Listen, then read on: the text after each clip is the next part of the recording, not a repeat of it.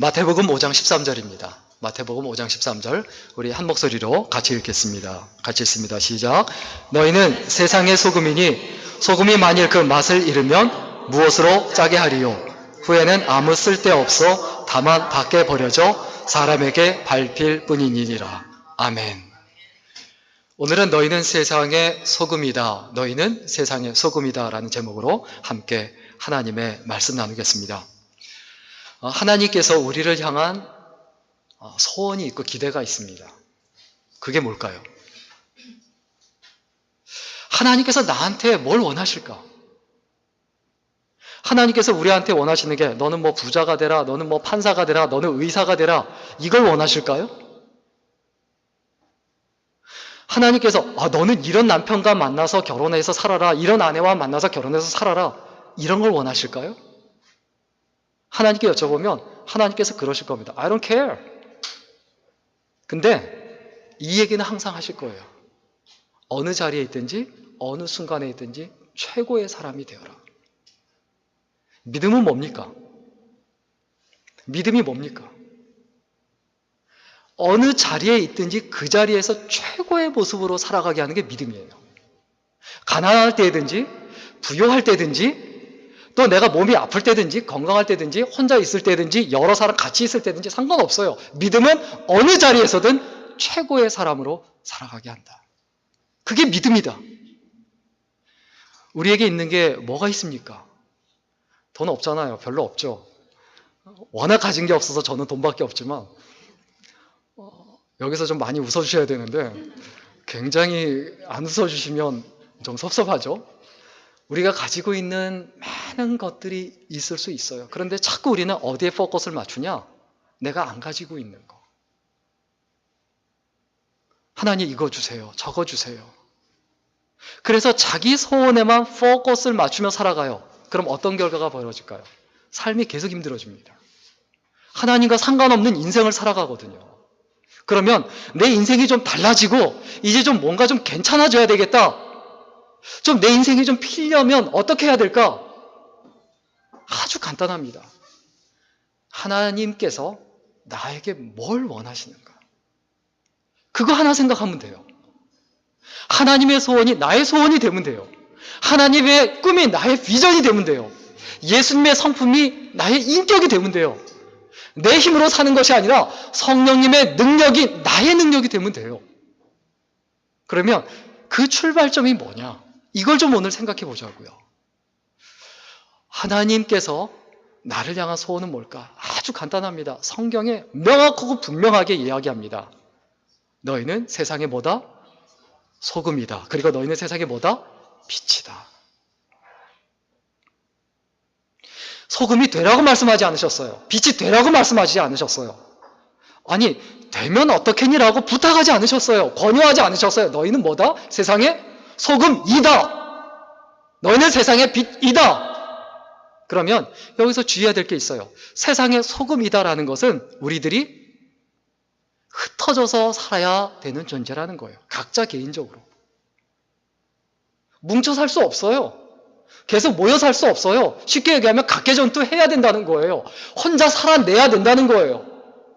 여러분, 인간관계에서요, 아무리 사랑해도 한쪽이 너무 의존적이면 절대 그 관계는 오래가지 않습니다. 일방적으로 한쪽에서 계속 해줘야 되면요, 굉장히 피곤합니다. 피로도가 쌓입니다. 그러면 관계가 오래 가려면 어떻게 해야 될까요? 저 사람이 나한테 이것도 해줬으면 좋겠어, 저것도 해줬으면 좋겠어, 돈도 잘 벌었으면 좋겠고, 성격도 좋았으면 좋겠고, 츤데레라도 좋으니까 나를 잘 챙겨줬으면 좋겠고, 뭐 이벤트 좀 가끔 해줬으면 좋겠고. 그러면 상대방의 뜻은요, 다른 사람이 이렇게 나한테 해줬으면 좋겠다, 계속 이 생각을 하는 이유가 뭐냐면 아직 믿음이 자라지 않았다는 거예요.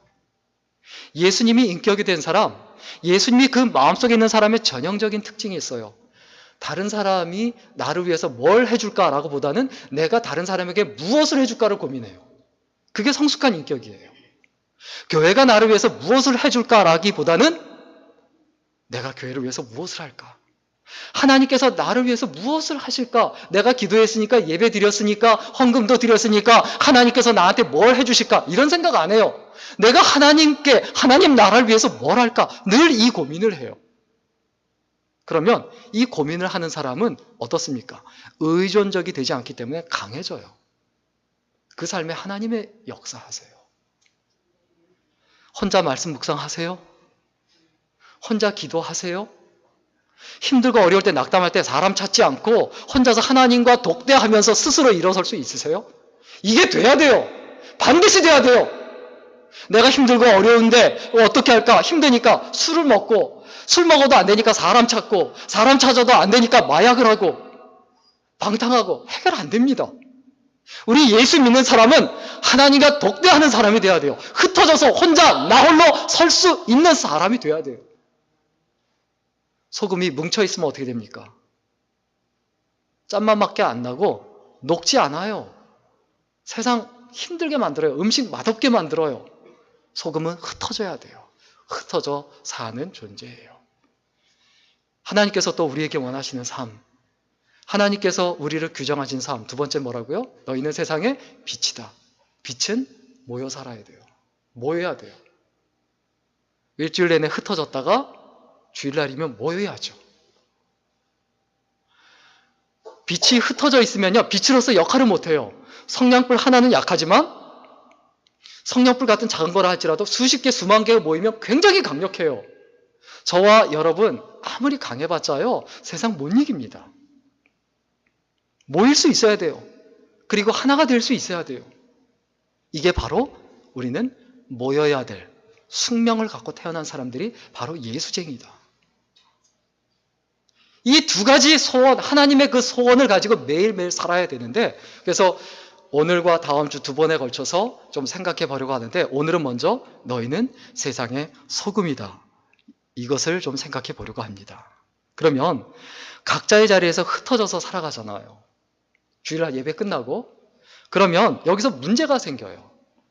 각자 자리에서 세상에 흩어져서 살아가는 우리들에게 가장 큰 문제는 뭘까요?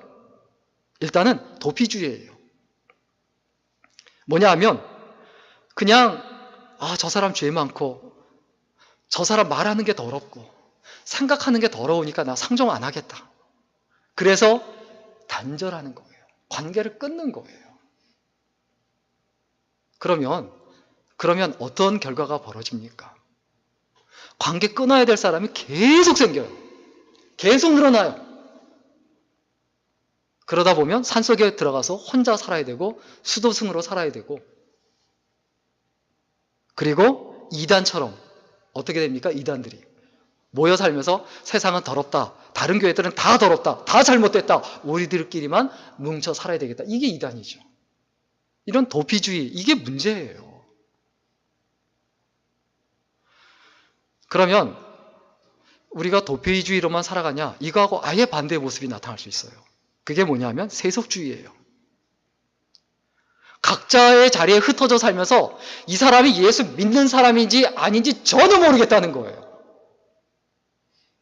어느 날 갑자기 10년 동안 직장 생활을 같이 했는데, 야, 너도 교회 다녀? 이런 경우가 비일비재하죠. 허다하죠. 그 얘기는 밥 먹을 때 같이 기도 한 번 안 했다는 얘기잖아요. 예수의 예자 이름 한 번 꺼내지 않았다는 얘기잖아요. 그게 우리들의 모습이 되면 어떻게 되겠습니까? 우리가 살아가면서 내가 하나님의 백성이고 하나님의 자녀라는 사실, 이걸 잊지 않고 나의 정체성을 분명히 하고 세상의 소금으로 살아가야 되는데, 그 사실을 분명하기 위해서 예수님께서 너희는 세상의 소금이다라고 말씀하셨어요. 그러면 이거의 의미가 뭘까요? 뭐냐 하면 너희는 소금이다. 이건 불변적인 사실이에요. 바뀔 수 없어요. 너희는 세상의 다이아몬드다. 너희는 세상의 금이다. 너희는 뭐 세상의 뭐 돈이다. 이런 식으로 얘기하지 않으셨어요. 너희는 세상의 소금이다. 선택의 여지가 없어요. 바뀔 수 없는 사실이에요. 변하지 않는 사실. 그리고 너희는 세상의 소금이다. 또 이것은 무엇을 의미하는 겁니까? 이것은 너희는 세상의 소금이라고 했어요. 세상의 소금. 한 지역이 아니라요, 내가 좋아하는 사람의 소금만 되려고 하지 말고 내가 미워하는 사람의 소금이기도 해요. 그게 세상의 소금이라는 의미예요. 예수 믿는 사람의 소금이기도 하지만 예수 안 믿는 사람의 소금이기도 해야 하고, 내가 좋아하는 사람의 소금이기도 돼야 하지만 내가 싫어하는 사람의 소금이기도 해야 돼요. 우리의 믿음이 우리 교회 안에 갇혀 있으면 안 됩니다. 우리의 믿음이 우리의 가정 안에 갇혀 있으면 안 돼요. 내가 누구를 만나든 그 사람에게 세상의 소금이어야 돼요. 그리고 너희는 세상의 소금이다. 이 말의 의미에서 또 기억해야 될 게 있어요. 조건이 있어요. 조건적 전제. 너희는 세상의 소금인데 단 맛을 잃으면 안 된다. 맛을 잃으면 안 된다. 소금 대신 다이아몬드 뿌려 놓는다고 그 음식이 맛있어집니까? 다이아몬드 그거 팔아서 소금 사면 되죠. 이런 얘기를 하는 게 아니죠. 세상에요, 금, 다이아몬드 없어도 돼요. 그리고 한동안 금수저냐 흑수저냐 이런 얘기 많이 나왔잖아요. 금수저, 금은 없어도 돼요. 근데 흑은 없으면 안 돼요. 다른 거 없어도 되는데 소금은 없으면 안 돼요. 우리들 스스로 생각해야 돼요. 나 없으면 안 된다. 자부심을 가져야 돼요. 내가 초라하다, 못났다, 내세울 게 없다, 드러낼 게 없다, 이렇게 위축될 필요 하나 없어요. 하나님께서 나한테 이 땅에 아직도 존재하게 하신 이유는 이 세상에 내가 반드시 필요한 거다. 필요하니까 하나님께서 놔두신 거다. 그럼 나는 반드시 필요한 존재다. 없으면 안 되는 존재다. 자부심을 가지시기를 주의 이름으로 간절히 축원합니다. 내가 돈이 있어야 필요한 존재입니까? 그건 돈이 필요한 거지 내가 필요한 게 아니잖아요. 내가 꼭 좋은 학교를 나오고 좋은 직장을 다녀야 필요한 존재입니까? 절대 그렇지 않아요. 하나님의 관점으로 봐야 돼요. 그런 거 없어도 되지 않습니까? 그러면 여기서 우리가 잊어버리지 말아야 되죠. 내가 세상의 소금이다. 그럼 나의 역할을 얘기해야 되잖아요. 내가 세상에서 어떤 역할을 해야 되는가? 내가 이것도 없고 저것도 없고 나이는 들어가고 다른 사람 연애 잘하는데 나는 연애도 잘 못하고 이런 생각 들 수 있어요. 저도 남부럽지 않게 연애를 잘 못했거든요. 그래서 선을 한 200번 봤는데 결국은 주의 은혜로 미국 가서 결혼을 했죠. 지금도 하나님 은혜로 생각하고 있죠. 때로는 그 은혜가 감당하기 힘겨울 때도 있지만 하나님의 은혜 가운데 사는 거예요. 다 은혜로 사는 거예요. 왜? 은혜가 크니까 감당하기 어려운 거죠. 그렇잖아요. 세상에 쉬운 게 어디 있어요. 짝 있는 사람은 연애하고 있다는 얘기죠. 굉장히 쉽지 않습니다. 혼자 사는 것도 쉽지 않지만 같이 사는 것도 쉽지 않아요. 근데 같이 살아서 좋은 건 뭐냐 하면 내가 인격적으로 자라날 수가 있어요.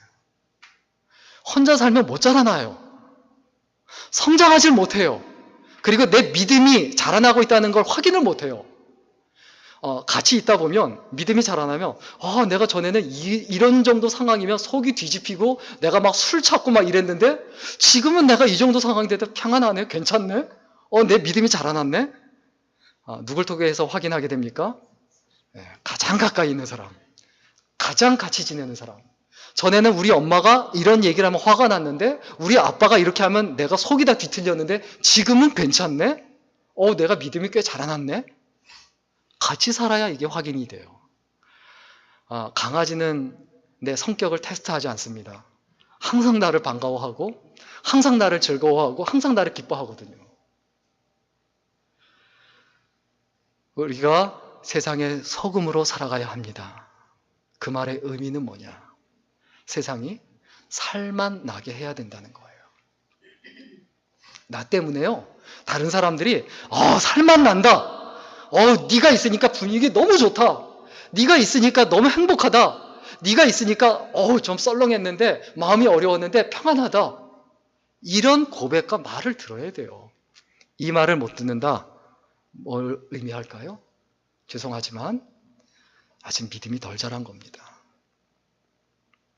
내가 진짜 신앙생활 제대로 한다라고 하면 내 믿음이 자라났다는 걸 의미하고 예수님을 닮아간다는 걸 의미합니다. 예수님을 닮아갔으면 내가 하나님의 기쁨이 되고 사람에게도 기쁨이 돼요. 오늘 찬양했죠.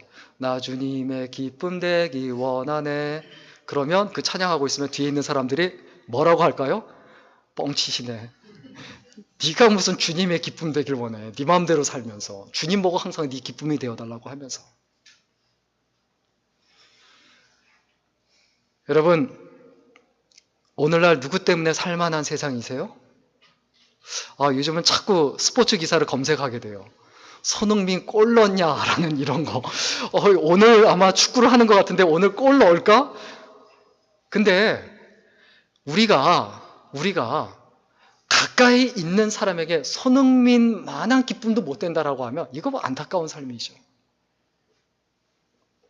내가 하나님께 기쁨이 되고 다른 사람에게 기쁨이 되려고 늘 노력하고 애를 써야 합니다. 이게 우리 숙제예요. 이게 우리 사명이에요. 그런데 사람한테 맞춰주기 어렵거든요. 그러니까 예수님께 맞추려고 늘 노력하고 애를 쓰면 사람에게도 맞아진다니까요. 그래서 이런 말 있죠. 예수님이라면 어떻게 하실 것인가? 이런 상황에서 예수님은 어떻게 하지? 이런 상황에서 예수님은 어떻게 하실까? 내가 말을 하기 전에, 행동하기 전에 당황한 상황이든 내가 아니면 너무 기쁘고 행복한 상황이든 어떤 상황이든 예수님이라면 이 상황 가운데 어떻게 하실 것인가? 이 고민을 한 번이라도 하고 넘어가야 돼요. 이게 습관이 돼야 됩니다.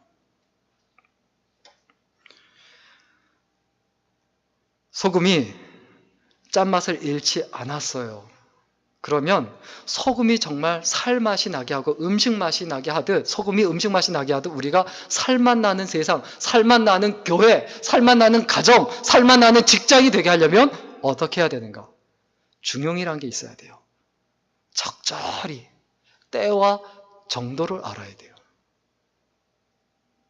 예스라고 해야만 할 땐 예스라고 해야 되고 노라고 해야 될 땐 반드시 노라고 해야 돼요.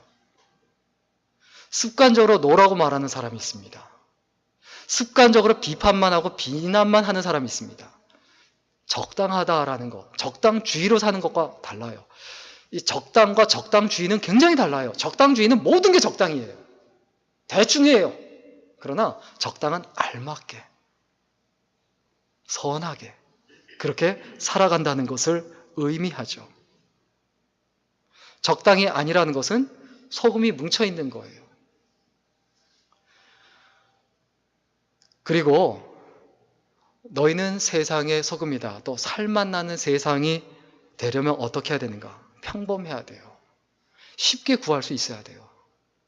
이거 뭐 콧대 높은 자매처럼 그냥 저러고 저러면 어쩌다가 한번 만나주고 이런 게 아니고 그냥 연락하면 너무너무 반가워하면서 언제든지 만나주는 사람, 항상 기뻐해주는 사람. 좀 우리는 자꾸 특별하려고 그래요. 특별한 존재가 되고 싶어 해요. 그거는 하나님께 특별해요. We are special to God.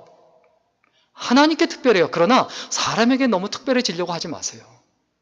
사람에게는 좀 쉽고 편안한 사람이 되려고 노력하고 애를 써야 되고 그리고 대단한 사람이 되려고 노력하는 게 아니라 정말 같이 동행하고 싶은 사람, 같이 있고 싶은 사람이 되려고 늘 애를 쓰고 노력을 해야 되죠. 이 특별한 사람이 되고 싶어 한다는 그 욕구가 있어요. 본능이 있어요. 그렇기 때문에 자꾸 사람들이 듣고 싶어 하는 건 칭찬을 듣고 싶어 해요. 그죠? 칭찬 들으면 되게 기분 좋죠. 그런데 미국의 아이오와 주립대 그 부시먼 교수와 위저브대 그 바우마이스터 교수가 과잉 칭찬의 문제점을 몇 가지 얘기했어요. 하나는 뭐냐 하면 자아도취병을 만들어낸대요. 자아도취병. 이건 뭐냐 하면 공주병, 완자병을 만들어내는 거예요. 공주병, 완자병. 자, 같이 남자친구를 만나고 여자친구를 만나는데 여자친구가 예쁜데 조금 지내다 보니까 자기가 공주인 줄 알아요. 뭘 의미할까요? 공주인 줄 아는 것과 공주인 건 다르거든요. 그죠? 자기가 왕자를 만났으면 그런 공주예요. 그죠? 왕의 딸이면 그런 공주예요. 근데 왕의 딸도 아니고 남편이 왕자도 아닌데 자기가 공주처럼 굴어요. 그걸 공주병이라고 하죠. 남자도 왕자병 걸리면 이거 굉장히 피곤합니다. 자기가 왕자인 줄 알고 가만히 있으면서 다 해달라고 그래요. 이것도 해줘야 되고 자기는 아무것도 안 하고 이것도 해야 되고 저것도 해야 되고 그리고 자기가 하겠다는 거 있는데 그거는 하는 거는 아주 편한 거 굉장히 쉬운 거 이런 건 자기가 다 하고 내가 이것도 했고 저것도 했고 저것도 하고 이것도 했잖냐 쭉 얘기하는데 그건 너무 쉬운 거 왕자병, 공주병 벗어나려면 어떻게 해야 되냐 대부분 왕자병, 공주병이에요. 남 얘기 아니고요. 쉬운 것만 하려고 하거든요. 편한 거 하고 싶은 것만 하려고 그러거든요. 다 왕자병, 공주병이에요. 그러면 그 병에서 벗어나려면 내가 하기 싫은 거 내가 원하지 않아도 해줄 수 있는 거 그게 돼야 된다는 거죠. 그리고 계속 과잉 칭찬을 하고 계속 칭찬만 받고 살아가면 판단력이 흐려져요. 기준이 자기중심적이거든요. 심각하게 문제 있는 사람이 있습니다. 자기 기준에 완전히 사로잡혀 있는 거예요. 세상에는 내가 기준일 수 없어요. 나 혼자 사는 세상이 아니거든요. 내 왕국이 아니거든요. 이시조선이라고 해서 이시조선, 이시들이 500년 동안 나라를 다스리고 조선시대를 이끌었는데 마음대로 다 할 수 있었습니까? 걸핏하면 데모하고 뒤집어 엎는데? 못하거든요. 이 세상은 절대로 내 마음대로 내 혼자 할 수 없습니다. 판단력이 흐려지면 안 됩니다. 미련한 인생 됩니다. 버림받는 인생 됩니다. 그리고 과잉 칭찬의 문제점을 또 뭐라고 얘기하냐면 실패를 두려워해요. 실패. 사람은 실패할 수 있어요. 인간관계에서도 실패할 수 있고 일을 하다가도 잘못할 수 있어요. 그걸 너무 두려워하면 아무것도 못하죠. 그리고 칭찬을 너무 많이 받고 자라난 사람, 칭찬만 받으려고 한 사람 특징은 뭐냐면 충고를 절대 못 받아들입니다. 특히 남을 비판하는 사람은 더 그래요. 내가 이렇게 예리하고 내가 이렇게 날카로운 사람이고 내가 이렇게 정확하게 분석하는 사람인데 그런데 감히 네가 나를 비판을 해? 못 견디죠. 인격적으로 덜 됐다는 걸 의미하는데 자기는 그렇게 생각 안 해요. 여러분 어떻게 해야 될까요? 서로 간에 좀 칭찬하며 살았으면 좋겠습니다. 근데 좀 칭찬해도 요령이 있어요. 어떻게 칭찬하느냐? 일단 변화를 언급하는 게 좋습니다. 잘했다 이거보다는 어우 좋아졌네, 나아졌네 이런 종류의 칭찬이 좋죠. 그리고 상대방을 중심으로 칭찬하라는 거죠. 그러니까 그 사람의 장점, 와 이런 면 좋은 면이 있네. 그리고 또 중요한 거, 극단적인 표현을 하지 말아야 돼요. 넌 정말 결코 절대로 이것도 위험하죠. 그리고 저는 이게 가장 중요하다고 생각합니다. 비교하는 칭찬은 절대 칭찬이 아닙니다. 망쳐놓는 거예요. 내 여자친구가 나를 칭찬해 주는데 꼭 어떻게 칭찬하냐. 내 누구 있지? 근데 걔 남자친구. 그 남자친구 이렇게. 근데 오빠는 진짜 멋있어. 이렇게 해줘. 이런 식으로 비교하면 안 된다는 거예요. 나중에 콩깍지가 떨어져 나가면 비교해서 욕을 합니다. 비교해서 칭찬하던 사람이. 칭찬은 그 사람을 중심으로 되어줘야 돼요. 그리고 칭찬할 때 구체적으로 칭찬하는 게 좋죠. 오늘 예쁘다. 이것도 좋지만 정말 관심 있다고 하면 오늘 헤어스타일을 컬을 좀 두껍게 했는지 펌을 했는데 아니면 뭐가 바뀌었는지 제가 그걸 잘 모르거든요. 정말 잘 파악을 못 하거든요. 그래서 스트레스를 받아요. 나 바뀐 거 없어 이러면 그 다음부터 굉장히 긴장하는 게 남자들 특징이죠. 저는 더 그런 스타일이긴 한데 구체적으로 칭찬하려면 관심이 있어야 되거든요. 관심. 어떠했는지, 무슨 옷을 입었는지. 그리고 중요한 거 한 가지 더. 결과뿐만이 아니라 과정을 칭찬해야 돼요. 너무 우리는 결과주의예요. 뭐 시험에 붙었냐, 떨어졌냐. 아니 붙었으면 어떻고 떨어졌으면 어때요? 최선을 다했으면 됐지. 우리가 이 땅에 살아가는 동안에 너무 결과에 집착해요. 이 한국 사람들 특징이거든요.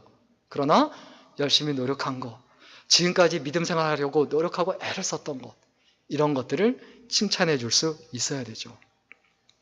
여러분, 결과뿐만이 아니라 과정을 칭찬할 수 있어야 됩니다. 그런데 살만 나는 세상이 되게 하는 사람은 이와 같이 칭찬도 잘해줄 뿐만이 아니라 어떤 특징이냐? 희생할 줄 알아요. 희생. 결국 섬길 줄 알아요. 여러분, 제가 이런 관점 가지고 여러분을 대한다고 생각해 보세요. 여러분들이 나를 얼마나 잘 섬길 것이냐. 이런 관점 가지고 생각하고 계속 한다. 여러분이 저를 좋아할까요? 극혐이 되죠, 극혐.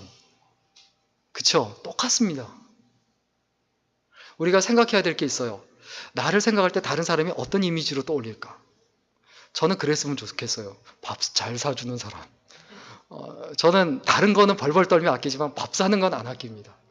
거의 사명감을 갖고. 그래서 하나님 앞에 기도하죠. 하나님, 밥 살 돈은 있게 해주세요. 뭐, 그게 어떻게 보면 나한테 대한 어떤 사명이고, 좀 특징이고, 그런 이미지로. 그래서 박사 위에 밥사라고 하죠. 박사학위 있는 것보다 밥 사는 사람이 위죠. 우리가 늘 기억해야 합니다. 다른 사람이 나를 생각할 때 어떤 이미지로 생각할 것인가. 만날 때마다 안 좋은 소리만 골라서 해요. 어떤 이미지로 떠올릴까요?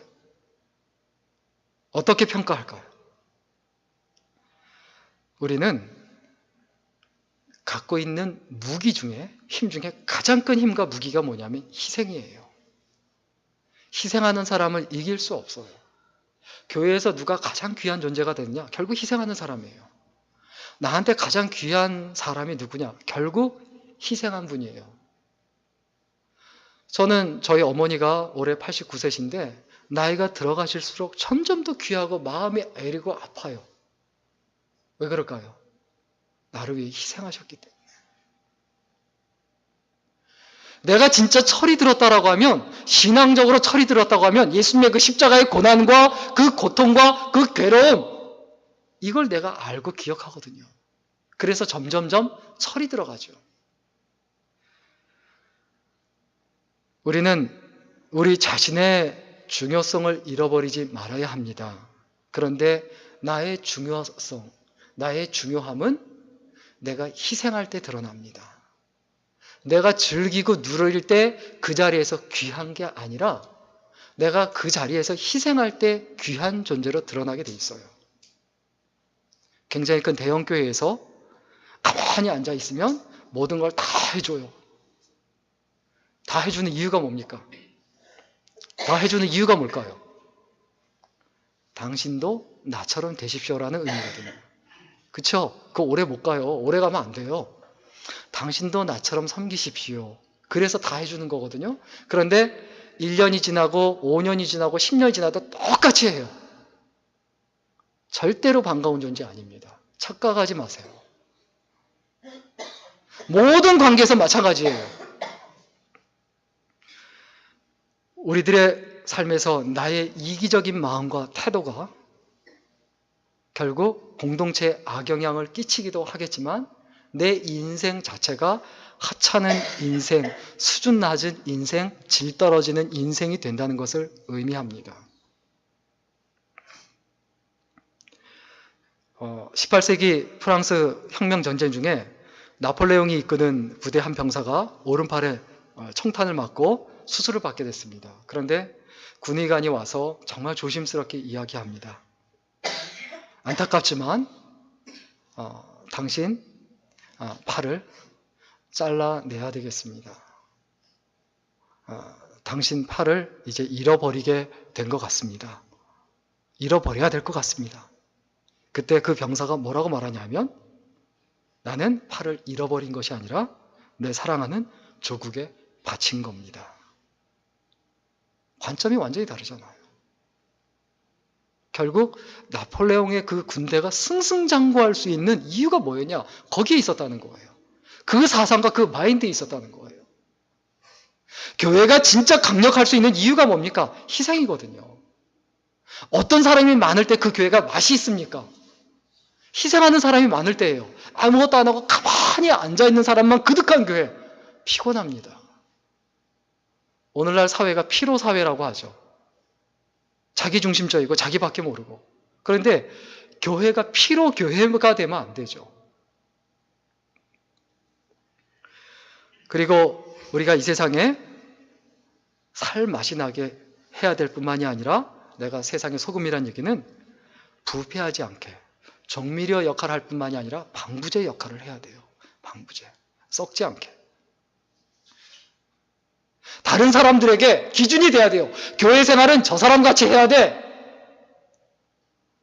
가정생활은 저 사람같이 해야 돼. 남자친구 저 사람같이 돼야 돼. 여자친구 저 사람같이 해야 돼. 이게 우리들의 모습이어야 돼요. 직장생활 저 사람처럼 해야 돼. 여러분, 확고한 기준을 말하는 사람이 아니라 확고한 기준이 돼야 돼요. 우리는 계속 확고한 기준만을 말합니다. 멋있는 기준을 말합니다. 그러면 자기는 하나님께서 기뻐하시는 기준을 가지고 몸부림쳐야 돼요. 확고한 기준이 되어야 세상이 부패하지 않게 하는 방부제 역할을 할 수 있습니다. 그리고 다른 사람들에게 의를 갈망하게 해줘야 돼요. 내가 기도하니까 이런 복을 받았더라, 뭐 신앙생활 열심히 하니까 이렇게 부자가 됐더라, 이런 듣기 싫은 소리 좀 안 했으면 좋겠어요. 교회에서 그딴 소리는 좀 안 나왔으면 좋겠습니다. 그냥 옳게 살려고 발버둥 쳤으면 좋겠어요. 그냥 바르게 살면 돼요. 여러분, 필요하면 물질 주세요. 부자가 되기도 하세요. 근데 필요하지 않으니까 나한테 가난하게 하신 거고, 사도 바울이 부자여서 엄청난 일을 했습니까? 모세가 권력이 있을 때, 왕국에서 권력이 있고 힘이 있을 때 그때 엄청난 일을 했습니까? 나이가 들어서 할아버지가 되고 노인네가 됐을 때 엄청난 일을 했거든요. 여러분, 내가 그냥 옳게 바르게 살면요, 다른 사람들이 나를 따라오게 돼 있어요. 옳은 사람이 되면 돼요.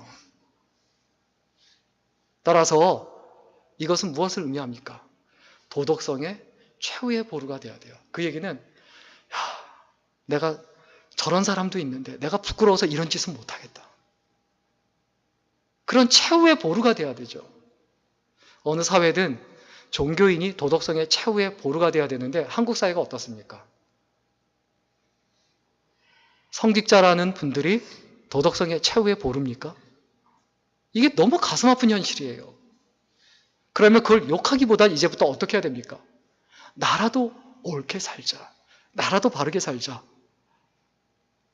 이런 자세와 태도가 있어야 되죠. 필리핀 하면 누가 떠오르세요? 잘 모르죠.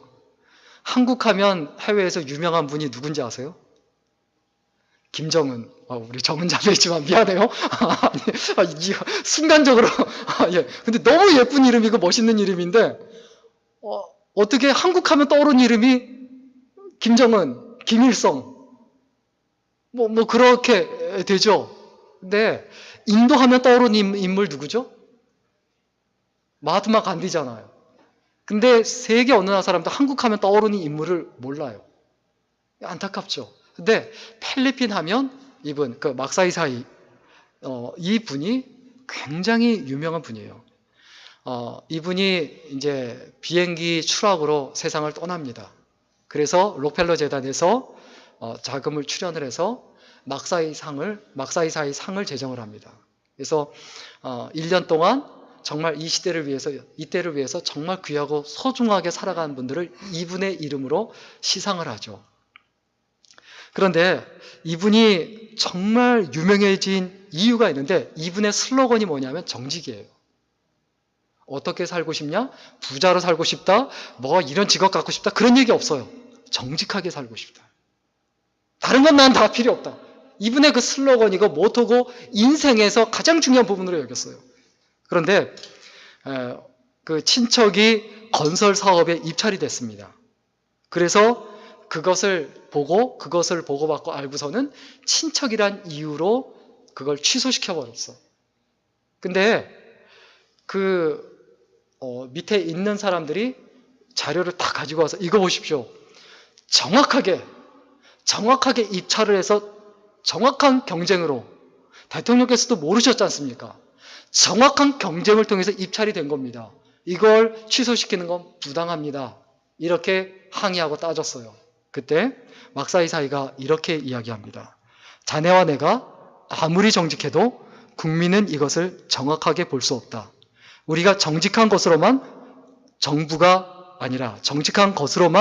아니라 국민이 우리를 정직하게 보는 자리까지가 우리의 책임이다. 그러니까 정부가 정직한 것까지가 책임이 아니고 정직하다고 보는 것까지가 우리의 책임이다. 자, 나만 똑바로 하면 되지. 나만 부끄러움이 없으면 되지. 이러면 안 된다는 거예요. 정직하게 보이도록 하는 데까지, 정직할 뿐만이 아니라 정직하게 보이도록 하는 데까지가 우리의 책임입니다. 여러분, 우리는 세상이 부패하지 않도록 하는 존재여야 합니다. 살만 나게 할 뿐만이 아니라 정말 옳은 세상, 바른 세상이 되도록. 마지막입니다. 우리가 세상의 소금이다. 무엇을 의미합니까? 세상을 부드럽게 해야 돼요. 연화제라고 하죠. 부드럽게 한다. 김치를 담글 때 저는 이거를 잘 몰랐는데 가장 중요한 절차 중에 하나가 배추에다가 뭘 뿌리죠? 소금을 뿌려서 숨을 죽인대요. 그래서 부드럽게 만든대요. 그래야 맛있다는 거죠. 뻣뻣하고 힘겨운 세상인데 내가 있으므로 따뜻하고 부드러워지는 그런 어떤 존재가 우리가 돼야 되지 않을까요? 그러면 내가 각각 흩어져서, 각자의 자리에 흩어져서 내가 녹아져야 되죠. 내가 죽지 않고 살아있으면 절대로 이런 일은 나타나지가 않습니다. 내가 죽으면 믿지 않는 이웃이 살아납니다. 사도행전 20장 24절 같이 한번 읽겠습니다. 같이 읽습니다. 시작. 내가 달려갈 길과 주 예수께 받은 사명, 꼭 하나님의 은혜의 복음을 증언하는 일을 마치려 하면은 나의 생명을 조금도 귀한 것으로 여기지 아니하노라. 나의 달려갈 길과 주 예수께 받은 사명을 마치려 하면은, 다시 말하면 복음을 전하는 일을 마치려 하면은 나의 생명도 조금도 귀한 것으로 여기지 않는다. 세상에 복음을 전하려면 어떻게 해야 됩니까? 내가 진짜 아름다운 사람, 내가 진짜 좋은 사람이 돼야 돼요. 내가 왜 복음을 전하는 사람이 되지 못하느냐? 내 인격이 아직 덜 돼서 그래요. 다른 사람 때문이 아니에요. 다른 교회 때문이 아니에요. 나 때문이에요. 내가 더 인격자가 되고, 내가 사람다운 사람 되고, 내가 예수님을 닮아가지 못하니까 세상이 더러워지고 예수 믿는 사람이 늘어나지 않는 건데 남 탓만 하고 있어요. 이 세상에 가장 중요한 건 뭡니까? 누굽니까? 나입니다. 우리입니다. 우리들 자신이에요. 그런데 우리는 항상 가장 원하는 게 뭐냐 물어보면 행복하길 원한대요. 행복이 무슨 인생의 목표입니까? 행복은 그냥 감정이잖아요. 행복은 그냥 따라오는 거잖아요. 근데 행복이 목표예요. 그래서 내 행복을 위해서 다른 사람이 힘들든 아프든 괴롭든 신경 안 쓰는 거예요. 그리고 남을 도와봤자 왜 돕습니까? 진짜 그 사람을 돕고 싶어서 돕고 그 사람을 위해서 돕는 게 아니라 자기 행복을 위해서 도와요. 왜? 도와주니까 내가 행복하더라, 기쁘더라. 그건 사실이지만 목표는 잘못된 거죠.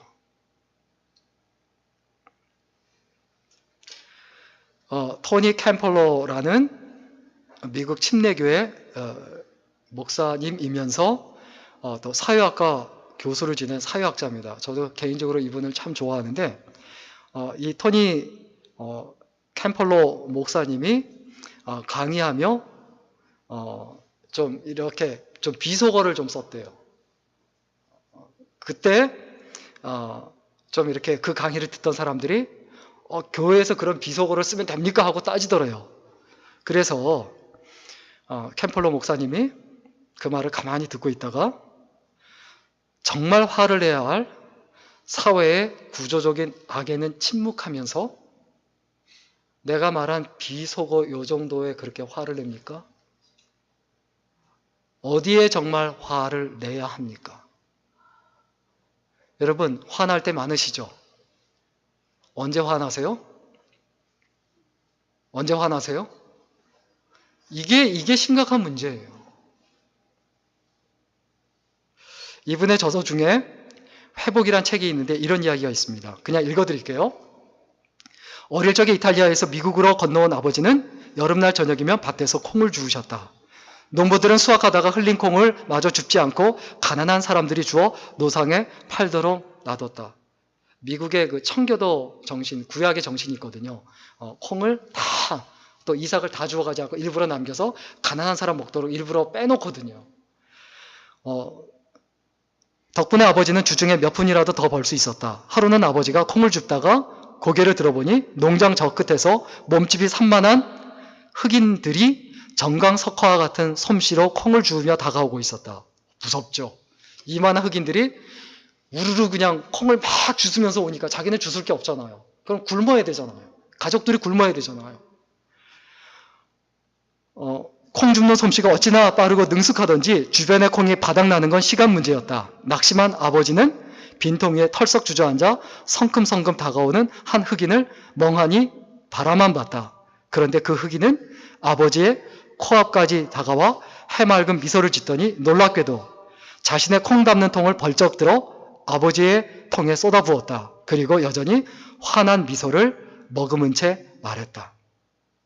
토니 캠펄로 아버지의 그 경험입니다. 그리고 그 흑인이 이렇게 말하더래요. 나중에 지치고 힘든 사람을 보거든 제가 당신에게 한 행동을 기억하세요. 이 일로 인해 아버지는 1930년에서 40년대 미국을 휩쓸고 간 인종차별주의에 조금도 동조하지 않았다. 그것은 자신이 힘들 때 도와준 그 흑인을 기억했기 때문이다. 아버지는 어린애에게 항상 어느 인종에게나 선과 악이 있으니 인종을 따지지 말라고 가르치셨다. 자비심은 모든 크리스찬이 품어야 할 성품이다. 자비심은 사람들 사이에 장벽을 허물어 모두를 하나로 묶어준다. 소금이 제 역할을 감당하려면 우리 결론적으로 좀 생각해 봤으면 좋겠습니다. 맛을 잃지 말아야 되죠. 소금이 맛을 잃으면 어떻게 됩니까? 말라기 2장 9절 같이 읽어볼까요? 같이 읽습니다. 시작. 너희가 내 길을 지키지 아니하고 율법을 행할 때 사람에게 치우치게 아니하였으므로 나도 너희로 하여금 모든 백성 앞에서 멸시와 천대를 당하게 하였느니라 하신다. 왜 우리가 이 세상에서 멸시와 천대를 당합니까? 옳게 살지 않고 바르게 살지 않아서 그런 거예요. 내가 옳게 살고 바르게 살면 절대 함부로 못합니다. 여러분, 소금이 제 역할을 감당하려면 녹아야 돼요, 또. 녹지 않으면 안 돼요. 녹는다는 건 뭡니까? 이해한다는 거예요. 사람은 참 이해하기가 어려워요. 저도 이렇게 살아가다 보면 이해 안 되는 경우를 많이 봐요. 근데 그때마다 떠오르는 말이 있어요. 사람은 이해의 대상이 아니고 무엇의 대상이다? 사랑의 대상이다. 그쵸? 그 말이 생각날 때마다 정신이 바짝 들죠. 근데 이해 안 되는 걸 이해하는 게 이해잖아요. 이해되는 걸 이해하는 건 이해가 아니에요. 그건 그냥 흘러가는 거지. 이게 참 저는 중요한 얘기인 것 같아서 말씀을 드리는데 여고생 동창인데 이 동창이 정기적으로 계속 만나서 친하게 지내는데 한 친구 어머니가 치매에 걸린 거예요. 그때 대화하면서 이야기하는데 그 치매에 걸린 어머니를 묘사하면서 이렇게 얘기하더래요. 있잖아, 엄마가 힘들었나 봐. 기억을 놓았어. 이렇게 얘기를 하는데 그 얘기를 들은 친구는 그냥 아무 말도 못하고 그저 듣기만 하고 그런가 보다 했대요. 그런데 자기 어머니도 치매에 걸린 거예요. 자, 그래서 둘이 만나서 얘기할 때 공감이 될까요, 안 될까요? 굉장히 되죠. 그래서 다시 둘이 만나는데 양쪽 엄마가 다 치매에 걸렸잖아요. 그때 나중에 엄마가 치매에 걸린 친구가 이렇게 얘기를 하죠. 있잖아, 엄마가 그렇게 얘기를 하더래요. 있잖아, 꿈을 꿨는데 내가 기억을 못하더라. 치매에 걸려서 자기가 한 행동을 기억을 못하는 건데 꿈처럼 생각하는 거예요. 그때 딸은 뭐라고 말할까요? 아, 엄마 치매야. 그런 말 하면 안 됩니다. 어차피 충격받고 어차피 모르거든요. 어떻게 해야 될까요? 그냥 엄마 꿈꾼 거야, 잊어버려. 그게 좋다라고 권유를 합니다. 아빠를 보낸 지 1년이 조금 넘어 불안한 마음과 외로움이 엄마에게 가득한 듯하여 마음이 너무 아팠다. 그러니까 1년 전에 이제 남편이 세상을 떠나자 자기 엄마도, 그러니까 아빠가 세상을 떠나자 엄마도 치매에 걸린 거죠. 그때 그 딸이 한 게 뭐냐 하면 자기 친구가 바로 떠오르다는 거예요. 그리고 자기 친구가 한 행동을 자기도 그대로 했다라는 거예요. 그게 뭐냐 하면 엄마한테 조용히 주머니마다, 모든 주머니와 모든 가방에 이름하고 연락처, 주소를 다 써서 몰래 집어넣었대요. 전부 다. 그렇게 친정에 갔다 와서 속상해서 울고 힘든 일을 서로 이야기하며 친구 둘이 만나서 이야기하는데, 전에는 그냥 그런가 보다 했는데 이제는 진짜 같이 울어줄 수 있게 되더라라는 거죠. 내가 가난하다는 것은 무엇을 의미합니까? 가난한 사람을 이해하라는 거예요. 내가 부유하다는 것은 부유한 사람을 이해하라는 것뿐이고 그것은 사명일 뿐이에요. 가난한 것도 사명이고 부유한 것도 사명입니다. 여러분, 녹아든다는 것은 뭡니까? 이해하는 거고, 그리고 함께 하는 거예요. 같이 가는 거예요. 그리고 섬겨주는 거예요. 섬겨주는 거. 여러분, 뭘 하고 계십니까? What are you doing? 이라고 말을 할 때 뭐라고 대답하시겠습니까? 보면 몰라요? 앉아있잖아요. 보면 몰라요? 밥 먹고 있어요. 그 얘기 하자는 게 아니잖아요. 무엇하고 있습니까? 무엇하고 있습니까? 우리는 이렇게 말할 수 있어야 되죠. 살맛 나는 세상을 만들어 가고 있습니다. 세상이 부패하지 않도록 애를 쓰고 있습니다. 세상을 아름답게, 부드럽게 만들어 가고 있습니다. 이게 우리들의 대답이어야 되지 않을까요?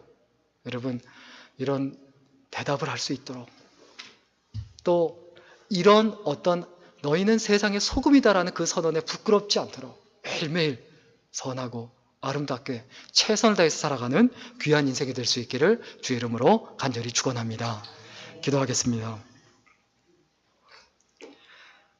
세상 살다 보면 내 뜻대로 되지 않고 내 마음대로 되지 않고 힘겹고 어렵고 답답한 일이 생기지만, 그 힘겹고 어렵고 속상한 일에 포커스를 맞추는 것이 아니라 그 가운데서 어떻게 하면 예수 그리스도의 향기를 나타낼 수 있을까 고민하며 애를 쓰는 우리들이 되게 하여 주옵소서.